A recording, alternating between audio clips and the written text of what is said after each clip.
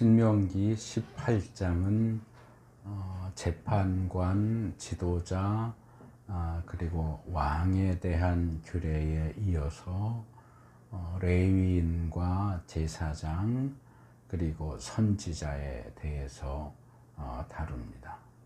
그런데 레위인, 제사장하고 선지자에 대해서만 다루는 것이 아니라 중간에 이방 종교 관습을 금지하는 내용이 끼어 들어가 있습니다.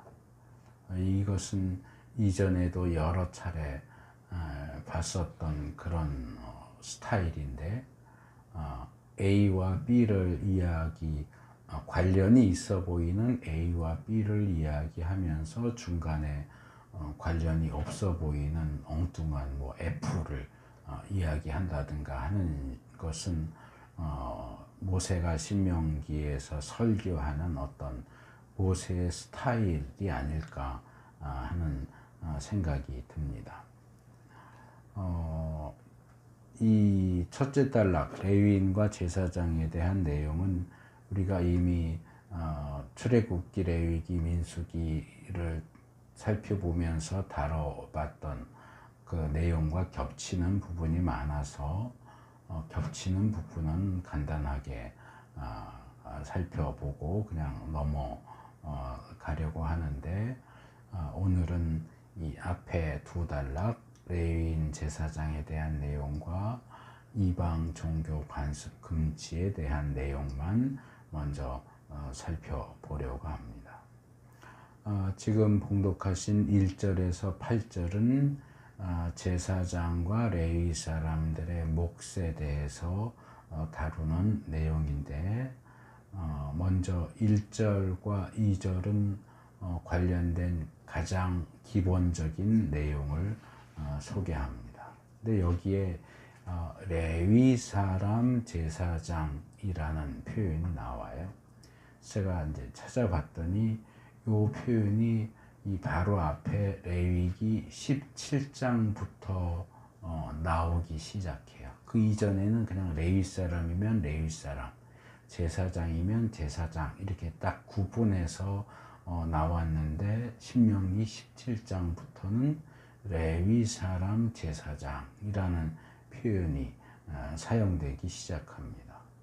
그래서 이제 학자들 가운데는 이제 이미 이때쯤 와서는 모든 레위 사람을 제사장으로 보았기 때문에 이런 표현을 사용한다라고 주장하는 사람들도 있고, 저는 거기에 동의하지 않는데, 왜냐하면 이전부터 계속 레위 지파의 여러 그 가문 가운데서 특별히 아론과 그의 후손을 제사장으로 하나님이 선택하셨다는 내용이 반복해서 나왔고, 특별히 이 고라 반역 사건에서는 이 아론의 쌍난 지팡이를 통해서도 아론에 대한 선택을 하나님이 강조하셨기 때문에 이 레위 사람 제사장이라는 표현은 제사장이 레위 지파에 속한 또는 레위 지파 출신이다 하는 것을 보여주는 표현으로 이해해야 한다, 그렇게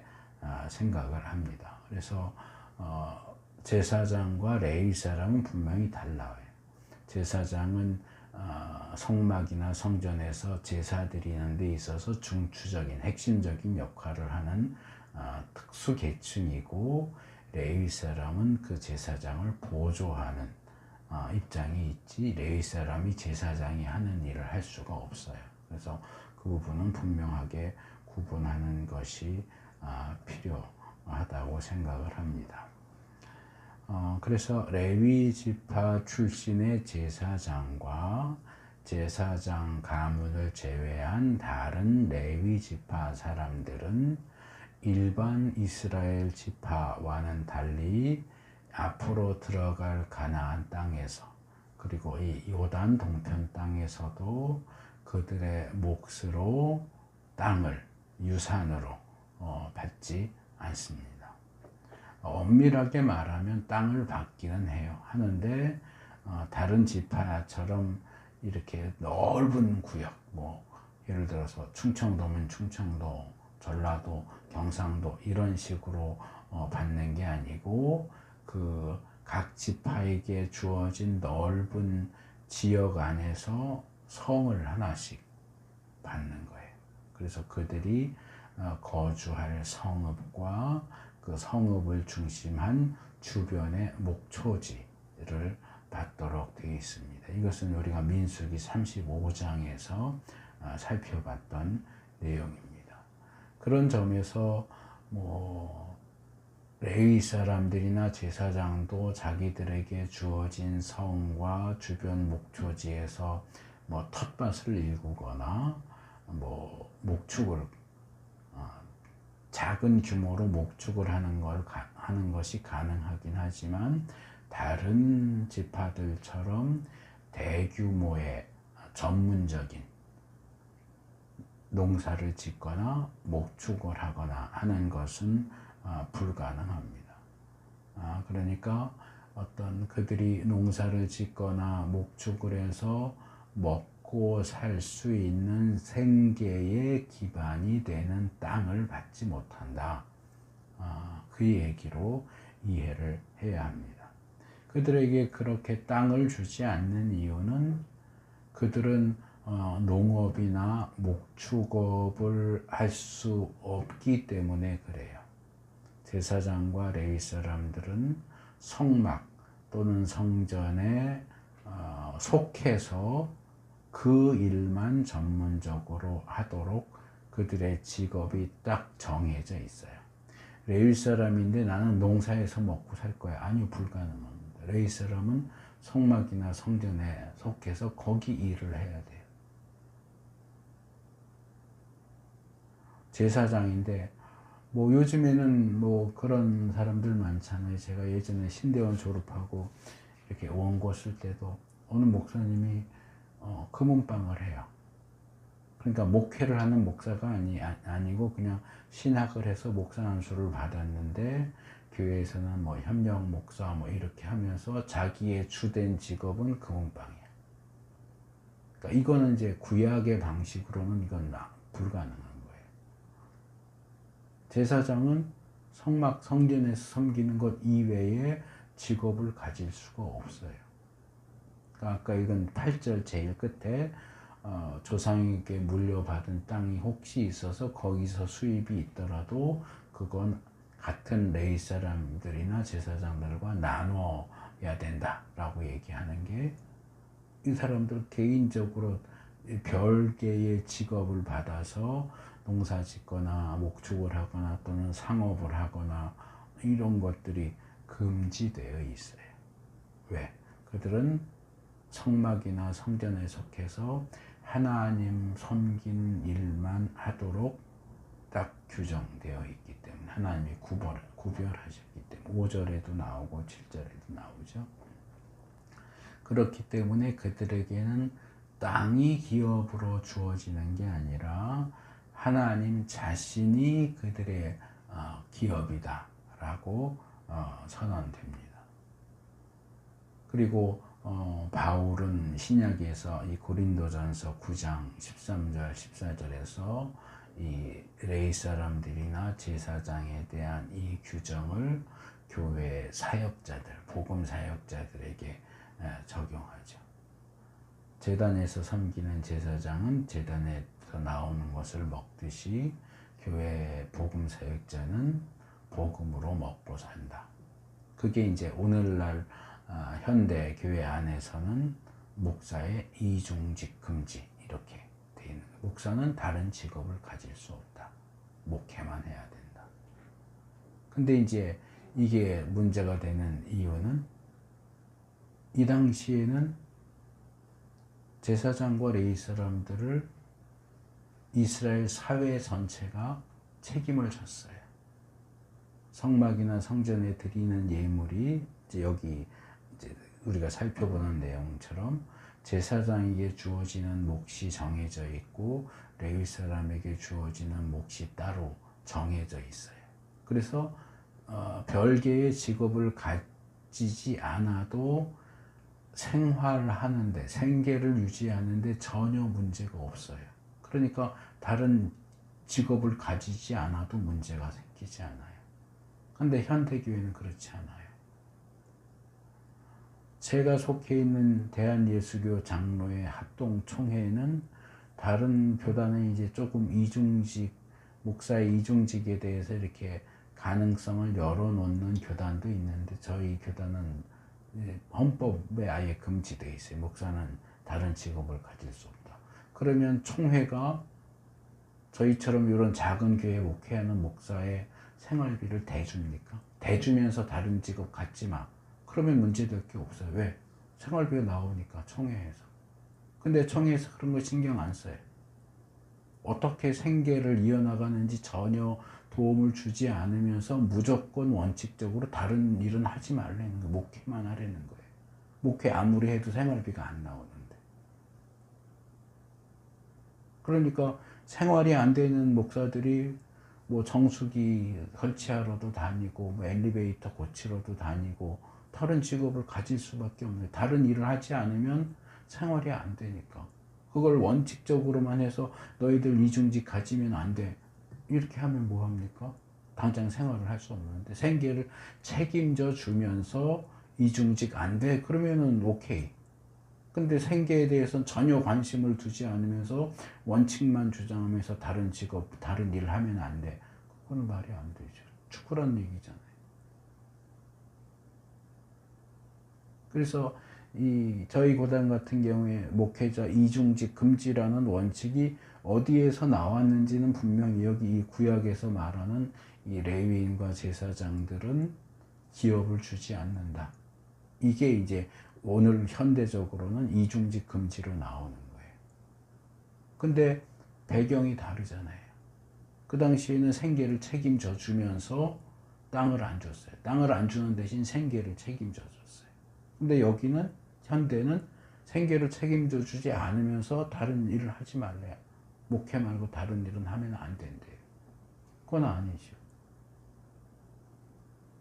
물론 구약에서도 신약에서 이런 원리를 주장하는 것은 이 하나님을 섬기는 일을 하는 사람들이 예를 들어서 목사가 설교 준비하면서 내일은 뭘 먹나 쌀이 다 떨어졌는데 이러면 설교 준비가 되겠어요? 제대로?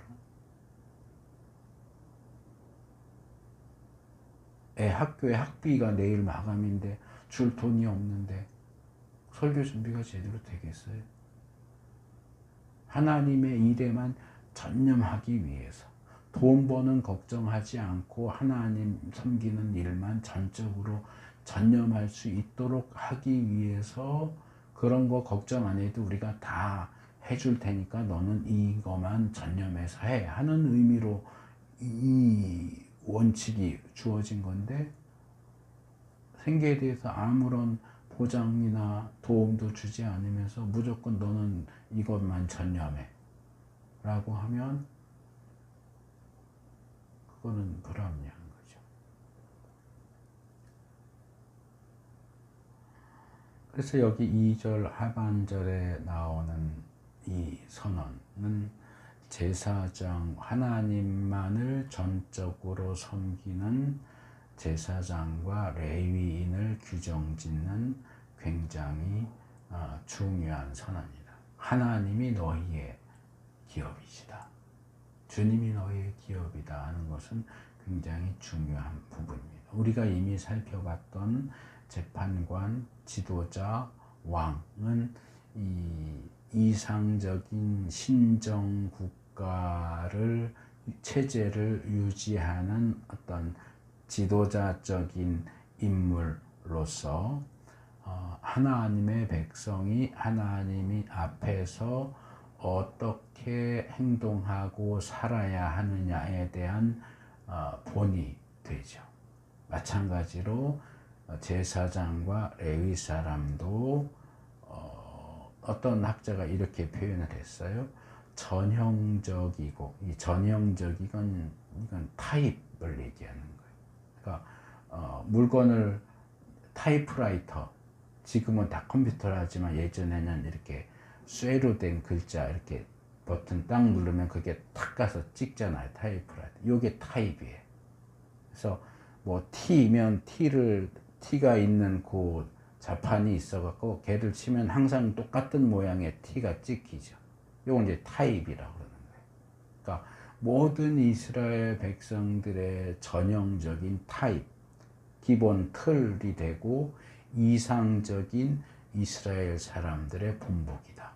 레위 사람과 제사장은 전형적이고 이상적인 이스라엘 사람의 본복이다 라고 이야기하는데, 이것은 오늘날 그리스도인에게도 해당됩니다. 신명기에서 많이 알려진 그 8장 3절 말씀 있죠. 사람이 먹는 것으로만 사는 것이 아니라 주님의 입에서 나오는 모든 말씀으로 산다. 이것은 광야의 이스라엘의 상황에 비추어서 앞으로 가나안 땅에 들어가는 이스라엘이 어떻게 살아야 하는지, 먹는 것보다 하나님의 말씀으로 살아라.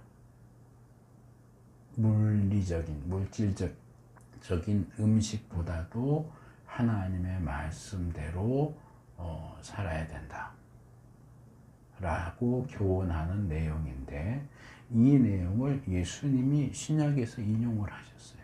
마태복음 4장 4절에서 이 말씀을 인용하시면서 그 말씀을 예수님 자신에게 적용하셨고, 그리고 이 말씀은 모든 그리스도인에게도 해당되는 말씀으로 볼 수 있습니다.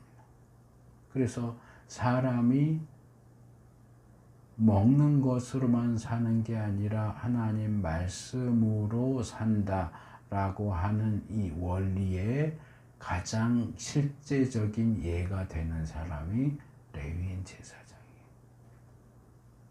왜요? 그들은 다른 지파들처럼 땅을 유산으로 받지 않아도 하나님이 그들의 유산이어서 하나님으로 살아요. 다른 지파는 땅으로 살지만 레위인 제사장은 하나님으로 살아요. 하나님이 그들이 먹고 쓸 것을 공급해 주세요. 다른 지파는 땅에서 농사 짓고 목축해야 자기 먹고 살 것을 얻는데, 레위 사람들은 땅이 없어도 하나님이 먹고 쓸 것을 공급해 주세요. 물론 모든 그리스도인이 다 직업을 갖지 말고 다 사역자가 돼야 된다, 그 얘기를 하는 건 아닙니다. 그러나 원칙적으로 하나님의 백성은 땅이 아니라 하나님의 말씀에 의해서 사는 사람들이어야 하고, 그 가장 본보기가 되는 사람들이 레위 사람 제사장이다 하는 얘기입니다. 그럼 그들에게 주어지는 몫은 어떤 것이냐? 3절에서 8절. 근데 여기 이제 원칙적으로는 주님께서 친히 그들의 유산이 되신다 라고 표현하지만, 또 하나님께서 그들에게 먹을 것, 쓸 것을 공급해 주신다 라고 말하지만, 실제적으로 그들이 먹어야 하는 식량이나 그들이 써야 하는 재물이 하늘에서 뚝 떨어지는 건 아니에요. 또는 무슨 집에 있는 뭐 화수분처럼 쌀뚝 떨어졌는데 다음날 열어보면 쌀이 또 차 있고, 돈 넣어놓은 괴짝에 돈 다 썼는데 그 다음날 열어보면 또 돈이 차 있고, 이런 식으로 공급되는 건 아니에요. 그러면 실제적으로는 어떻게 공급되느냐?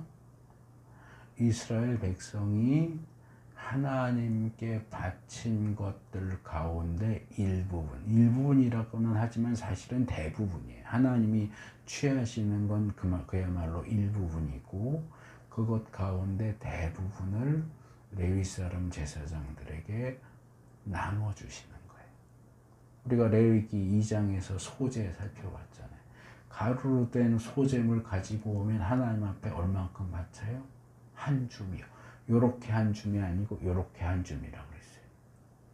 한 바구니 가져오면 이렇게 해서 딱 한 움큼 요거만 하나님께 태워드리고 나머지는 제사장들한테 줘요. 그 말하자면 하나님께 드려지는 제물의 10분의 1 정도만 하나님께 드려지고 10분의 9는 제사장 레위인들에게 다시 나눠지는 거예요. 근데 이스라엘 백성이 예물을 가져오지 않는다? 그러면 제사장 레위인들에게도 줄 몫이 없어지는 거죠. 그런 실제적인 상황이 느헤미야서에 보면 나와요. 성전 창고가 텅텅 비었어요. 그걸로 제사장 생활비, 레위인 생활비를 줘야 되는데 재물을 나라 형편이 어려우니까 이스라엘 사람들이 예물을 안 갖고 와. 그러니까 창고가 텅텅 비어요. 그러니까 제사장 레위인들이 성전에만 붙어있다 먹고 살 수가 없으니까 다 뿔뿔이 흩어져 버려요. 그러니까 책망하면서 너희들 왜 예물을 안 가지고 오느냐. 너희들이 예물을 안 드리니까 제사장 레위인들이 쫄쫄 굶어서 다 흩어지지 않아요. 그럼 성전을 어떻게 유지하냐.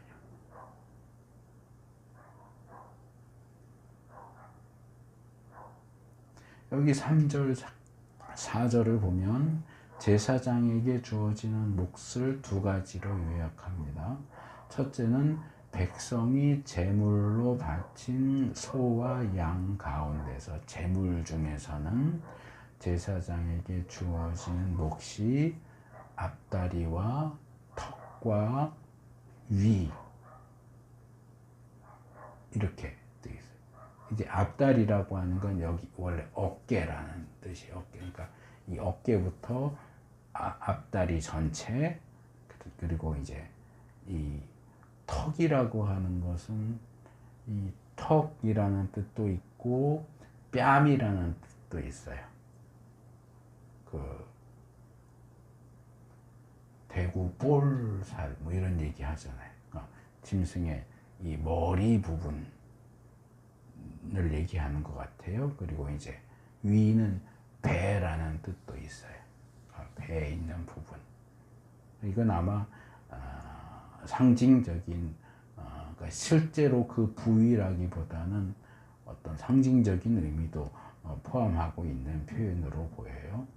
그것이 이제 제사장의 몫이고, 제물 가운데서는 다리와 턱과 위, 배가 제사장의 몫이고, 둘째로는 처음 거둔, 그러니까 초태생하고 같은 거죠. 첫 수확물인 곡식, 포도주, 기름, 처음 깎은 양털. 이 양털은 지난번에 얘기했잖아요. 초태생 관련해서 6개월에서 1년 사이에 깎은 양털이 질이 제일 좋고 제일 비싸요. 그러니까 여기 처음 깎은 양털은 아마 그 기간에, 그러니까 초태생이 아닌 양의 경우 제일 처음 깎은, 제일 질이 좋은 털이 제사장에게 주어집니다. 그러니까 첫 소산과 초태생은 제사장의 몫으로 주어집니다. 그러니까 이것은 굉장히 요약적이고 포괄적인 표현인데, 어쨌든 하나님께 드려지는 제물과 예물의 일부분이, 그러나 뭐 실제로는 대부분이 이 제사장의 몫으로 주어진다 하는 것을 제시하는 내용으로 보입니다. 레위 사람들에게 주어져야 하는 몫은 따로 언급되지 않아요. 그냥 8절에서 다른 제사장과 같이 몫을 나누어 받아야 한다 라고만 이야기해서 레위 사람의 몫과 제사장의 몫을 구분하지 않아요. 하지만 우리가 이미 살펴본 레위기와 민수기에는 더 자세한 규정들이 나옵니다. 예를 들어서 번제를 드린다 그러면 번제물의 가죽은 이 번제 제사를 집례하는 제사장에게 주어집니다. 모든 제사장에게 나눠지는 게 아니고 그 일을 실제로 하는 제사장에게만, 본인에게만 주어지고, 소제물로 바쳐진, 아까 예를 들었죠, 이렇게 한 움큼 제단에 태워드리는 것 이외에 나머지 곡식 가루는 소제를 집례하는 제사장만이 아니라 모든 제사장들이 먹을 수 있습니다. 그리고 요제물, 거제물, 첫 소사는 제사장의 가족들도 먹을 수 있습니다. 그래서 제사를 집례하는 제사장의 목, 그리고 집례 직접 하지 않아도 제사장들만 성막들에서 먹을 수 있는 것, 그리고 제사장들이 집에 가져가서 가족들과 함께 먹을 수 있는 것, 이런 것들이 아주 구체적으로 세세하게 구분이 되어 있고요. 11조는 레위인에게 주도록 되어 있습니다. 민수기 18장에. 그래서 본문은 포괄적으로 레위인과 제사장을 구분하지 않고 그냥 다 섞어서 같이 나눠 받는다라고 얘기하지만, 더 구체적으로 레위기, 민수기를 살펴보면 레위인에게 주어지는 몫이 다 따로 있어요. 제사장에게 주어지는 목도 경우에 따라서 다 이렇게 구분되어 있기 때문에 본문은 이제 그런 것들을 전제로 하고 그냥 뭉뚱그려서 제물의 일부분 그리고 예물의 일부분을 제사장과 레위인의 몫으로 준다, 그냥 이렇게 얘기하는 걸로 이해하면 될 것 같습니다. 근데 이 제사장과 레위인의 몫을 이야기하는 중간에 좀 다른 내용이 나와요. 6절, 7절에. 이건 어떤 레위인의 권리와 어떤 동등에 대한 얘기라고 생각을 할 수 있어요. 6절에 보니까 이렇게 얘기해요. 레위 사람은 이스라엘의 온 땅 어느 성읍에 살든지 그랬어요. 아까 얘기했죠. 레위 사람들은 어떤 특정 구역, 뭐 경상도, 전라도 이렇게 자기들의 몫으로 땅을 받지 않아요. 대신 경상도를 받은 다른 지파 그 영토 안에서 레위 사람들에게 살 성읍 하나와 주변 목초지를 주니까 레위 사람들은 한 곳에 모여 살지 않고 전국에 흩어져 살아요. 다 다른 지파가 자기 영토 안에 허락해 준 성읍에 다 이렇게 전국적으로 흩어져 사는 상황을 얘기하는 겁니다. 그런데 중앙성소는 하나님이 선택하신 곳 이렇게 계속 나오는데, 중앙성소는 한 곳이에요. 전라도에 한 군데, 경상도에 한 군데, 충청도에 한 군데, 경기도에 한 군데, 강원도에 한 군데, 이렇게 중앙성소가 여러 개가 있는 게 아니고, 말하자면 중앙성소는 경기도에, 서울에만 딱 하나 있어요. 그러면 대제사장은 아마 당연히 중앙성소에서 섬기겠죠. 뭐 속죄 일도 해야 되고 하니까. 그러면 제사장들은 어떨까요? 제사장들도 다 중앙성소에 있을까요? 이제 세월이 흘러서 제사장들의 수가 많아지면 그 많은 제사장들이 다 지역으로 안 가고 서울에만 모여 있을까요? 레위 사람들은요. 레위 사람들도 다 중앙성소에서 섬겨야 되나요?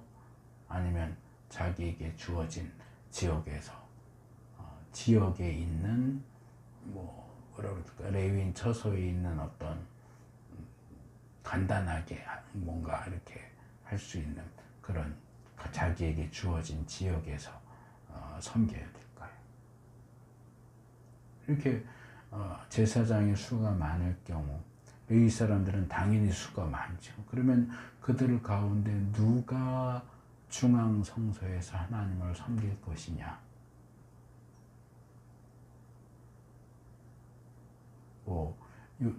예전 방식처럼 무슨 연공 서열대로 해가지고 연수가 차면 이렇게 밀고 올라가는 방식으로 그렇게 뭐 나이가 많은 순으로 했을까요? 뭐 시험 봐서 능력이 좋은 순으로 했을까요? 역대상 24장에는요 제사장들에 대한 내용이 나와요. 다윗 시대만 해도 제사장들의 숫자가 많으니까 이제 앞으로 성전이 세워질 것을 전제로 해서 그 많은 제사장들이 다 또 가문이 있을 거예요. 아니, 시간이 흘렀으니까.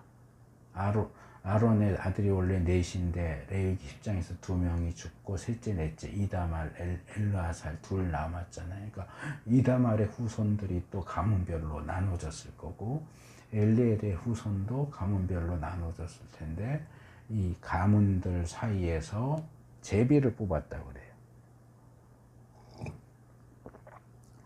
제비를 뽑아서 반차, 예전 개역은 반차라고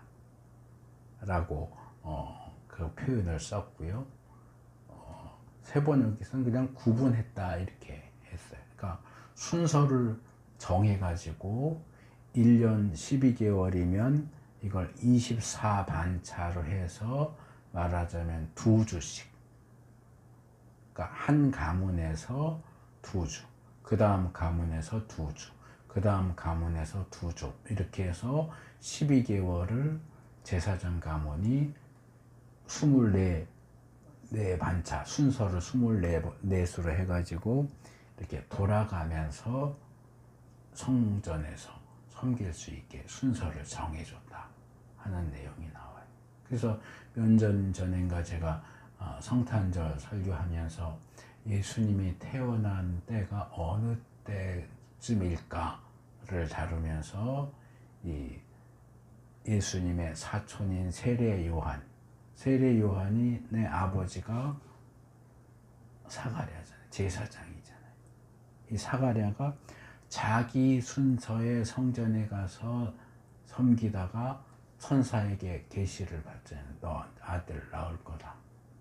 요한이다. 그래서 이 사가랴가 제사장 가문의 어느 반차고 요세푸스의 기록에 의하면 사가랴가 속한 제사장 가문은 1년 중 몇 월 달에 거기 가게 돼 있는가를 따지면 예수님하고 6개월 정도 차이가 나니까 그러면 그걸 계산해서 이때쯤 예수님이 출생했을 것이다. 그렇게 해서 제가 설명을 드렸잖아요. 그게 그 반차예요.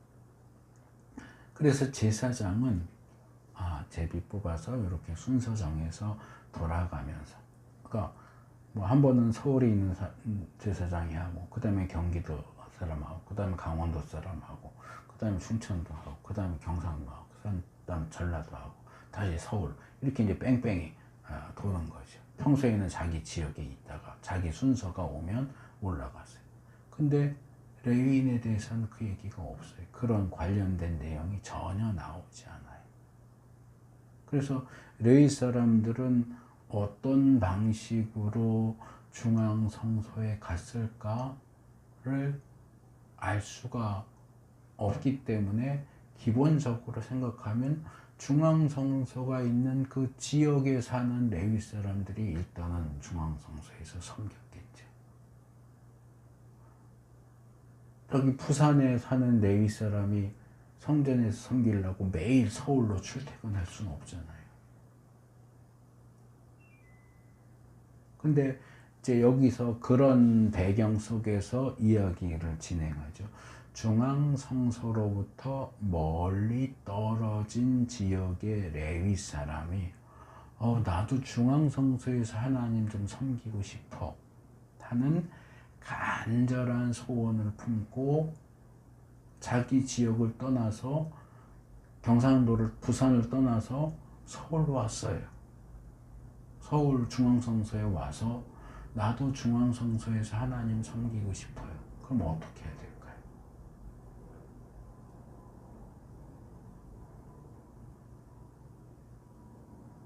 이 부분을 보면서 정말 어떻게 이럴 수가 있지 하고 놀랄 수밖에 없는 게, 그러면 야, 너 가. 니네 지역에 가서 선교하고 되돌려 보내는 게 아니고 중앙성소에서 섬길 수 있게 해준대요.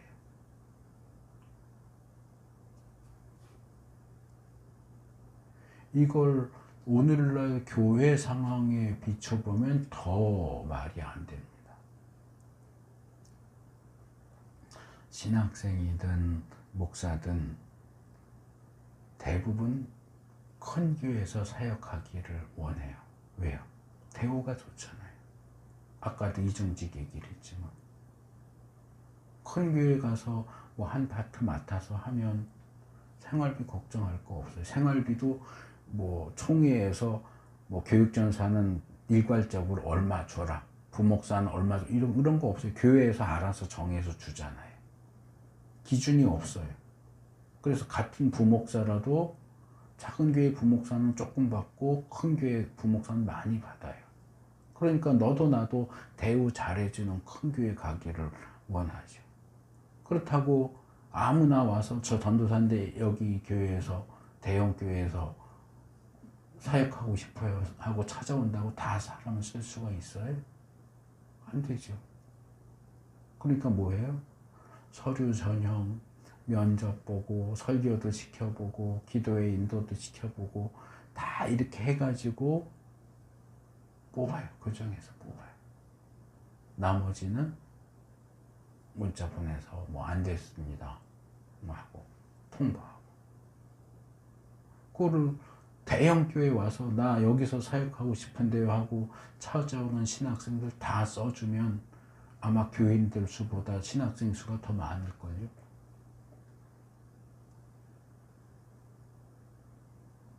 그러다 보니까 교회와 교회 사이에, 또는 사역자와 사역자 사이에 부익부 빈익빈 현상이 일어나요.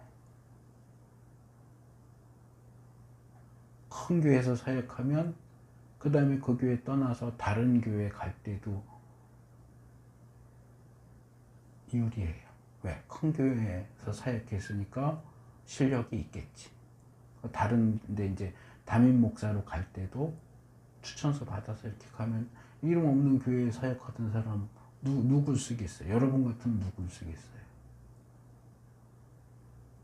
근데 제가 경험해 보니까요, 큰 교회에 사역하는 사람들이 더 실력이 없어요.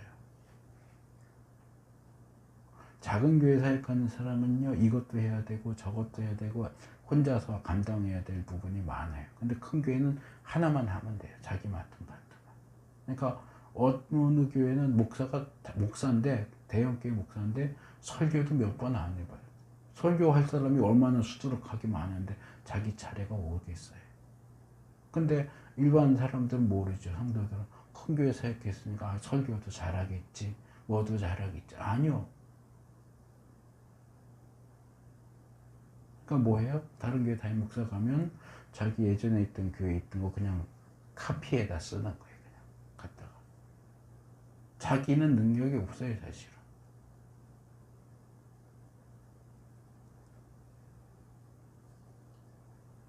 그래서 본문이 얘기하는 거는 교회 상황으로 바꾸면, 저 지역에 어디 조그만 교회에서 사역하는 사람이 대형 교회 찾아와서 나 여기서 사역하고 싶은데, 그럼 사역하게 해주려는 거예요. 말이 돼요?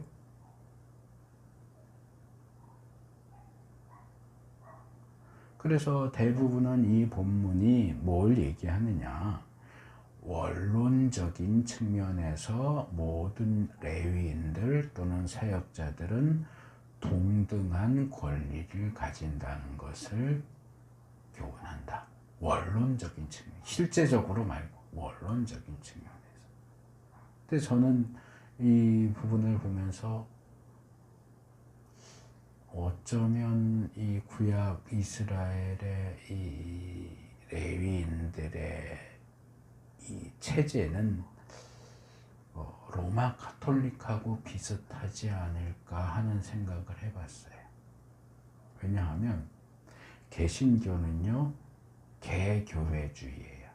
그러니까 각각 교회가 다 달라요. 교회가 자기 규모가 어느 정도 되느냐에 따라서 사역자의 숫자도 달라지고 사역자에 대한 대우도 달라지고 그 사역자가 해야 할 영역도 달라지고 그냥 쉽게 말해서 사역자에게 생활비, 사례비 주는 액수가 달라져요.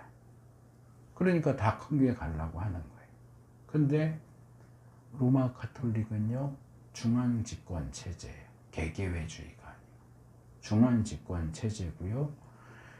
도시에 있는 큰 교구에서 사역을 하든 저기 어디 깡촌 조그만 교구에서 사역을 하든 사례비가 똑같아요. 왜요? 로마 가톨릭 중앙에서 보내주거든요. 교구에서 주는 게 아니에요. 교구에서 헌금하는 건 다 중앙으로 올라가요. 교회는 거기서 헌금하면 모아서 교회 안에서 다 쓰잖아요. 가톨릭은 안 그래요. 그 종교개혁이 일어났던 중 하나 이유가 그거예요. 로마 교황청이 어디 있어요? 이탈리아에 있잖아요. 근데 독일에 있는 교회에서 헌금하면 그 돈이 다 어디로 가요? 로마로 가요. 프랑스에서 모인 헌금도 다 로마로 가요. 그러니까 이제 국가 개념이 형성되면서 왜 우리나라 돈을 이탈리아를 줘야 돼? 이제 이렇게 되는 거죠. 그래서 제가 알기로는 독일이 국교가 가톨릭이거든요. 로마 가톨릭이거든요.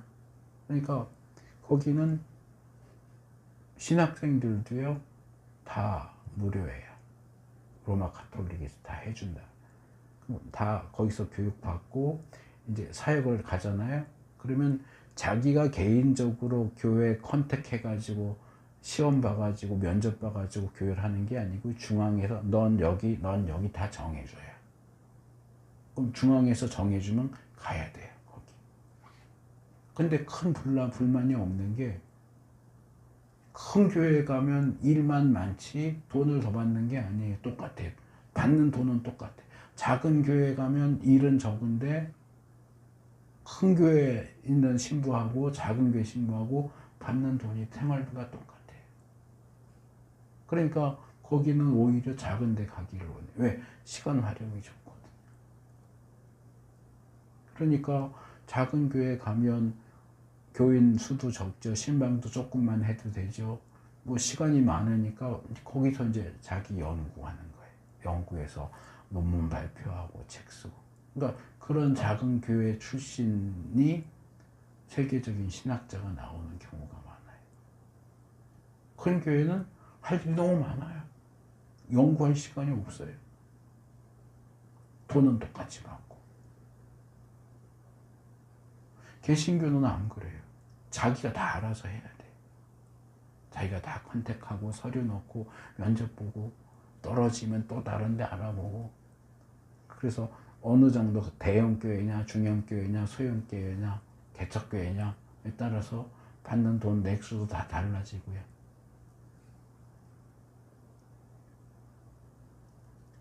그러니까 아예 세금을요, 거기는 종교세가 있어요. 나라에서 종교세를 걷어서 종교세로 사제들 생활비, 사례비를 다 나라에서 공무원이에요, 말하자면. 국교가 가톨릭이니까 가톨릭 신부는 공무원이에요. 나라에서 생활비를, 월급을 줘요. 그러니까 뭐 교회를 어떻게 키워서 좀 규모를 키우고 뭐 사례비를 좀 더 받고 생활이 좀 더 그런 거 염려할 필요가 없어요.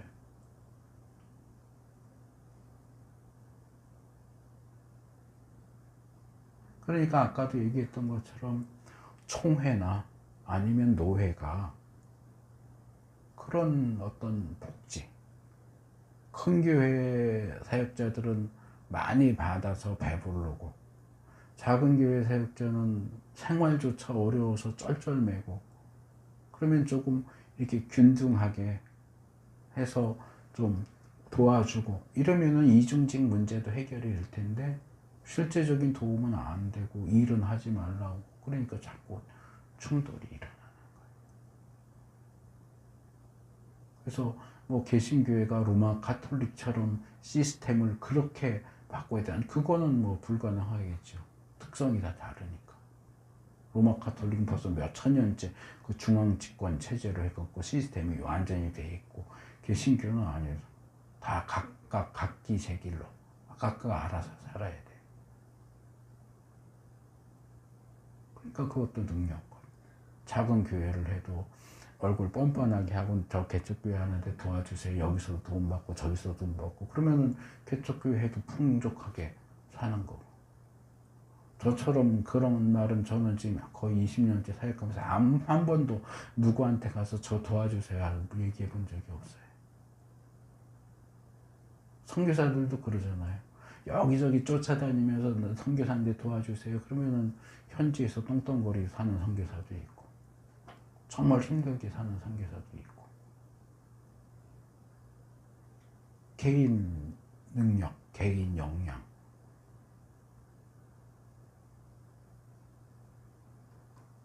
그래서 이런 불공평의 문제가 이 본문이 어떻게 현대적으로 적용이 될 수 있을까? 현실적으로는 저는 어렵지만 기본 시스템에 문제가 있다. 구약에서는 생활을 책임져 준다. 현재는 생활을 책임주지 못한다 하는 그 부분에 어떻게 생활하면서 생계를 걱정하지 않고 사역할 수 있도록 하느냐, 이거를 이건 사실은 위에서, 총회에서 아니면 노회에서 더 신경을 써서 한다면 조금 어떤 그런 불공평이 줄어들 것 같은데, 뭐 저만 혼자 떠든다고 되나요? 정말 위에서 일하는 사람들이 그 필요성을 느끼는 텐데, 위에서 일하는 사람들은 작은 교회 목회자가 총회장 되겠어요? 큰 교회 목회자가 총회장 돼.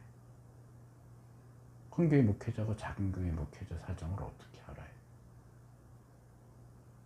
예전에 몇 년 전에 한참 문제됐던 게, 이재철 목사가 좀 말 실수를 했어요. 개척을 해서 몇 년 동안 부흥하지 못하는 건 능력이 없는 거 아니냐 이래갖고, 자기가 처음부터 시작할 때부터 뭔가 갖고 시작을 했잖아요. 그러니까 금방 컸고, 출판사도 있고 뭐도 있고 다 자기 같아야 된다라는 식으로 얘기를 해서 이 작은 교회 목회자들이 막 뭐라고 사과하라고 막 난리쳤던 적이 있어요. 자, 이 정도 레위인 제사장에 대한 얘기는 하고, 9절에서 13절이 이제 이방 종교 관습을 금지하는 내용인데, 제가 알기로는 이 구약에서 가장 많은 항목을 다루어주고 있는 목록이 이 본문입니다. 9절을 보면 가나안에 사는 민족들이 하는 역겨운 일들이라고 하면서 그것을 본받지 말라고 하고, 본받지 말아야 하는 그 역겨운 일들을 9가지로 이야기합니다. 근데 그 9가지 중에 첫 번째는 자기 아들이나 딸을 불 가운데로 지나가게 하는, 또는 불살라 제물로 바치는 인신제사, 몰록, 금오스 숭배제. 이건 제가 여러 차례 설명을 드렸기 때문에 그냥 넘어가도록 하겠습니다. 자기의 가장 소중한 것을 신에게 바친다는 그런 개념이 있는 것 같아요. 이것은 뭐 가나안만 그런 게 아니라 세계 공통적이에요. 인신제사는.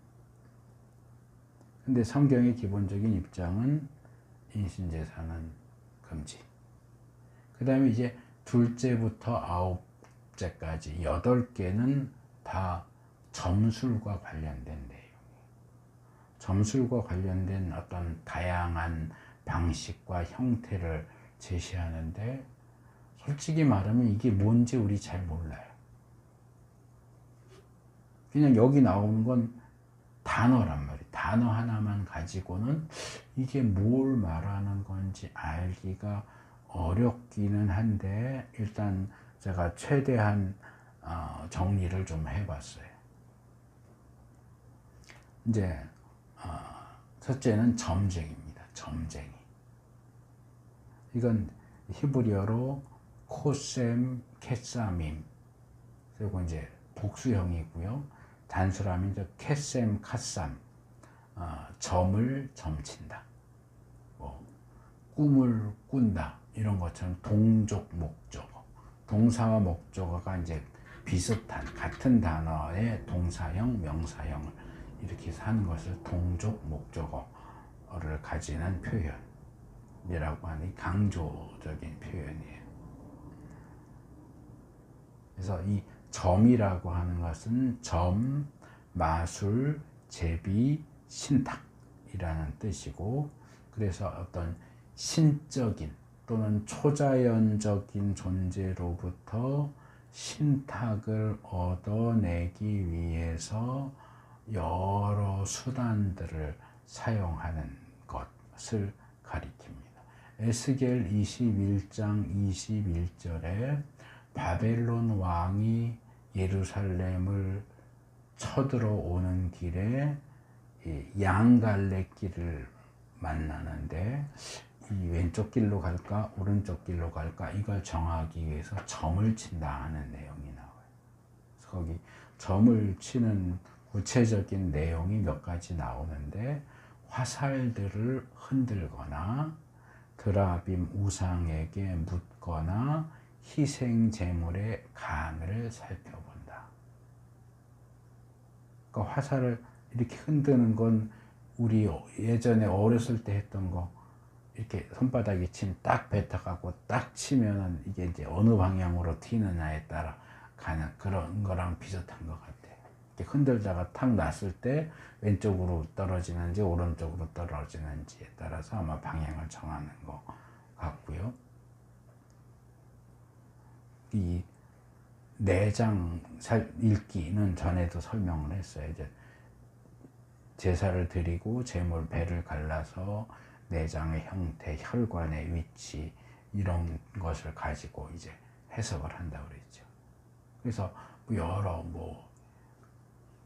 이렇게 차를 마시고 남은 이 찻잎이 어떤 형태로 돼 있느냐, 이런 거 보는 거라든지 여러 그 점술과 관련된 내용을 얘기하는 것 같고요. 그 다음에 둘째로는 복술가 그랬는데, 이제 아난이라는 히브리 단어예요. 이 아난이라고 하는 것은 덥다. 그러니까 아우 더워할 때 덥다가 아니고, 이렇게 무엇을 이렇게 덮는다 할 때 쓰는 거예요. 덮는다. 그리고 은밀하게 행한다. 하늘이 구름으로 이렇게 덮여 있어서 하늘이 잔뜩 흐리다, 이런 뜻을 가진 단어인데, 여기에서 이제 마술을 행한다 또는 하늘을 살핀다. 그러니까 신약에도 예수님 말씀하셨잖아요. 이렇게 하늘을 보면 내일 비가 올지 아닐지 알 수 있다. 그거랑 비슷한 것이 점술로 더 발전된 것이라고 볼 수 있습니다. 그래서 그런 일을 하는 사람, 점장이 마법사. 그래서 이것은 뭔가 비밀스러운 행동을 하거나 또는 하늘을 보면서 점성술 쪽일 수도 있고요. 밤에 이제 별을 보면서 하는 걸 수도 있고, 낮에 하늘의 상태, 구름의 모양, 어떤 그런 것들을 통해서 점을 치는 사람 또는 점을 치는 행위를 가리키는 겁니다. 그 다음에 요술객, 이 다 표현이 비슷비슷하잖아요.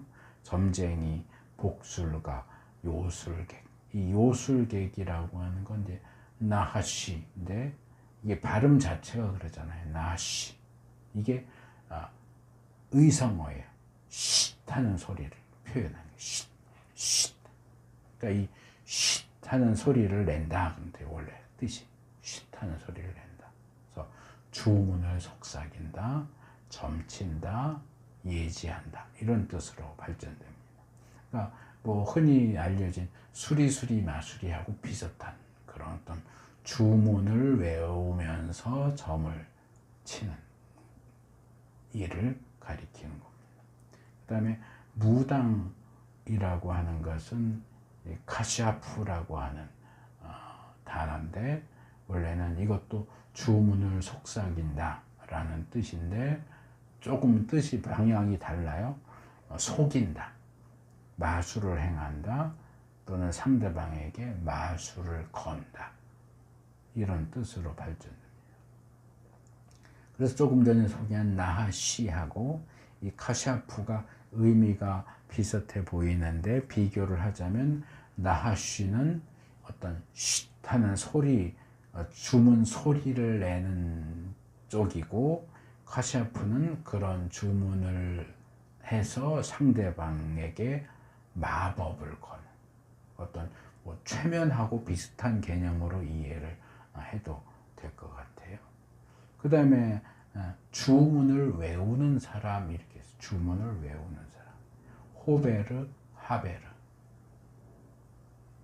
이 점쟁이, 캐셈, 카쌈처럼 동적, 목적어를 가진 표현인데, 주문을 건다. 기본 동사의 뜻은 주문을 건다. 근데 동사와 명사가 함께 사용됐습니다. 여기 사용된 동사는 기본적으로 뭔가를 결합한다, 연결한다, 또는 쌓아 올린다. 그러니까 말하자면 주문을 계속 반복해서 이 주문을 이렇게 쌓아 올리는 거예요. 어디까지? 하늘까지. 그래서 신적인 존재하고 나를 연결하는 거죠. 그래서 불교 가운데는 진언종이라는 게 있어요. 진언이 주문이거든요. 그러니까 진언종은 뭐냐면 주문을 자꾸 외우면 열반에 들어간다는 거예요. 그러니까 열반에 들어가는 부처가 되는 수단이 뭐냐? 주문을 외우는 거예요. 진언하는 거예요. 그러니까 맨날 앉아서 주문만 계속 외우는 거예요. 그래서 여기서 이제 주문을 건다, 매혹한다, 어를 뺀다, 이런 뜻으로 확장됩니다.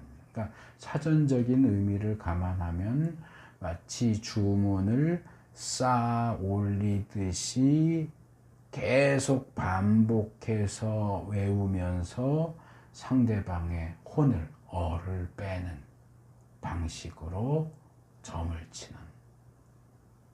그러니까 저는 이 부분을 보면서 교회 안에서 행해지는 방언도 비슷하지 않을까 하는 생각이 들어요. 방언 연습시키잖아요. 할렐루야, 할렐루야, 할렐루야, 할렐루야. 그럼 방언 할 수 있다. 그거하고 이거하고 뭐가 달라요?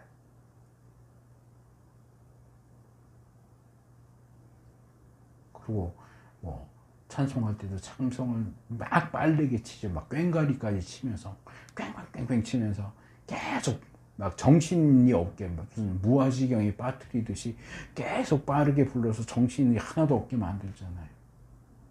그건 제가 볼 땐 기독교적인 방식이 아니라 무속적인 방식이에요. 7번째, 귀신을 불러서 물어보는 사람. 쇼엘 오브. 쇼엘은 물어본다는 뜻이고, 이 오브는 뭐냐 하면 그러니까 오브에게 물어본다, 그런 말이에요. 이 오브는 뭔가 북이나 큰 항아리 같은 거 떠올려 보시면 돼요. 이제 큰 사람 키만한 큰 항아리가 비어 있어요. 그걸 옆에서 퉁 하고 치면 무슨 소리가 나요? 그게 이제 웅 하고 울리는 소리, 텅 빈 소리. 이 오브라는 히브리 단어가 텅 빈 소리라는 뜻이에요. 텅 빈 소리가 나는 어떤 물건, 가죽 부대, 항아리, 병을 가리키고, 여기서 이제 복화술사와 점장이로 갈립니다. 그러니까 입 다물고 소리 내잖아요. 인형 뭐 이렇게 움직이면서 인형이 말하는 것처럼. 그게 이제 텅 빈 소리라는 거예요. 근데 그런 비슷한 방식으로 점을 치는 사람도 있다. 그러니까 아니면 무슨 알라딘의 램프나 그 백설공주에 나오는 마술 거울처럼 병 안에, 거울 안에 들어있는 어떤 요정이나 귀신을 부리는 사람. 그러니까 백설공주의 그 계모, 거울아 거울아 누가 예쁘니, 이 사람이 귀신을 불러 물어보는 사람이죠. 딱 거기에 해당되는 사람이. 그래서 도구를 사용해서 뭔가 웅 하고 울리는 소리를 내는데, 그 울리는 소리를 요정이나 귀신이 낸다, 이렇게 이제 보는 거죠.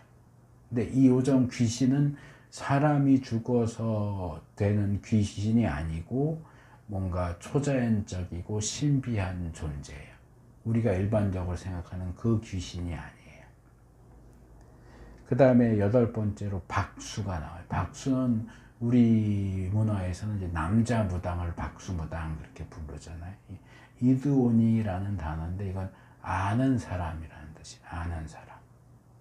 무엇을 잘 아는 사람. 누군가와 친숙한 사람. 그러니까 점술과 관련해서는 어떤 영적인 존재와 친밀하게 아는 사람을 가리켜요. 그래서 우리식으로 말하면 신내림 받은 사람이, 신내림 받은, 남자 무당을 가리키는 게 아니고 신내림 받은 사람, 귀신과 소통하는 사람, 뭐 동자신 모시고 장군신 모시고 그 사람이 여기서 말하는 이드온이에요. 마지막 9번째, 혼백에게 물어보는 사람, 도레시 엘 하메팀. 직역하면 죽은 사람에게 묻는 사람이에요. 그러니까 아까 제가 6번째 뭐 병이나 거울에 있는 그거는 우리가 일반적으로 생각하는 귀신이 아니다 그랬는데, 여기 마지막에 나오는 이 혼백은 우리가 생각하는 그 귀신이 죽은 사람, 죽은 영혼에게, 너 이거 뭐 예를 들어서 중요한 문서 있는데 아무도 그걸 찾을 수 없어. 그러면 그 죽은 영혼을 불러가지고 그 문서 어디다 뒀니? 하고 물어보는 거죠.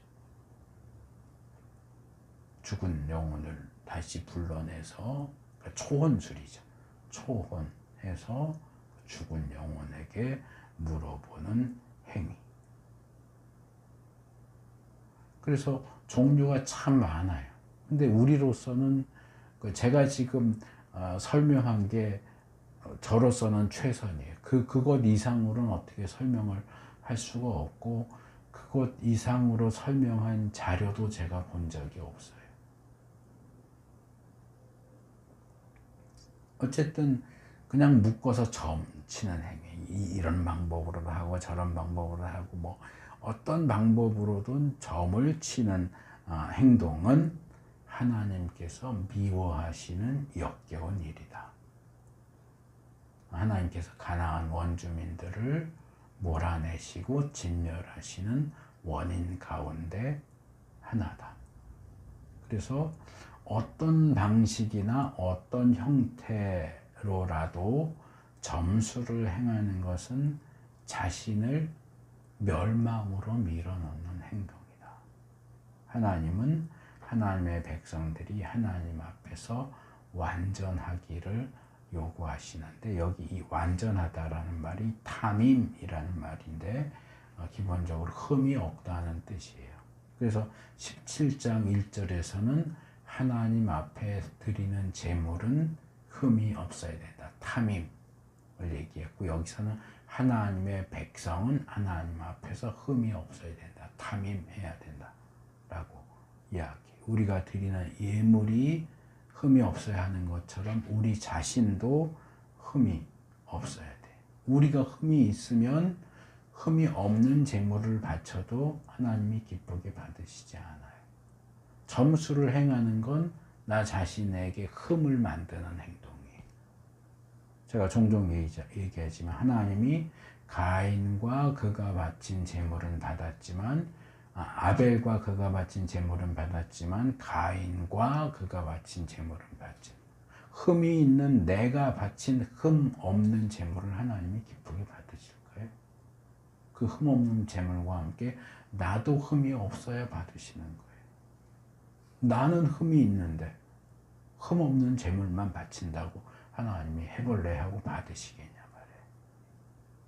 구약이 이렇게 이방 종교와 우상 숭배에 대해서 계속 반복해서 경고하는 것은 그것이 신정 국가인 이스라엘에게 얼마나 위협적인 대상인가 하는 것을 역설적으로 보여줍니다. 물론 오늘날 기독교에 있어서는 어떤 이방 종교나 이단, 사이비도 물론 심각한 문제가 되겠지만 저는 가장 위협적인 대상은 세속주의라고 봐요. 세속주의. 돈 쫓아가는 거. 정치 얘기하면서 신앙이고 뭐고 필요 없고 다 좌익 우익 그 얘기하는 거. 교회와 그리스도인의 순결성을 위협하는 세속주의가 제일 큰 적이지 않을까. 야고보서 1장 27절에서 하나님 아버지께서 보시기에 깨끗하고 흠이 없는 경건은 고난을 겪고 있는 고아들과 과부들을 돌보아주며 자기를 지켜서 새 속에 물들지 않게 하는 것입니다. 우리 자신을 지켜서 새 속에 물들지 않도록. 다른 사람들 다 그러는 게 무슨 상관이에요? 하나님이 안 돼 그러면 아닌 거예요. 다들 궁합 정도는 보던데 점집 한 번씩은 찾아. 아니요, 하나님이 안 된다면 안 되는 거예요. 왜 자꾸 다른 사람이 하자고 그러면 해요? 제 요양보호사 오는 분도 권사님인데 하루는 와갖고 자기 아는 분이 점집을 가는데 같이 가자고 그래서 갔었대요. 그 점쟁이가 무슨 얘기를 하는데 자기도 모르게 아멘 그랬대요. 그러면서 우스갯소리로 얘기하는데 저희 집사람이 권사님 그거 회개하셔야 돼요. 그랬어요. 장난으로라도 하면 안 되는 거예요.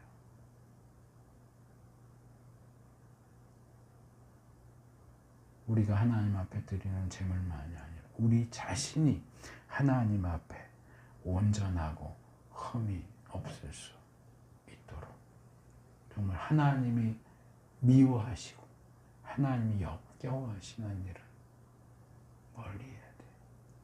하지 말아야 돼. 우리가 연약하지만 날마다 나를 쳐서 복종시켜서 어제까지 했더라도 또 쳐서 복종시켜서 오늘은 안 하려고 노력하고 그렇게 몸부림치는 것이 필요합니다. 하나님 앞에 온전하고 흠이 없도록 힘쓰고 애쓰는 우리 모두가 될 수 있기를 축복합니다.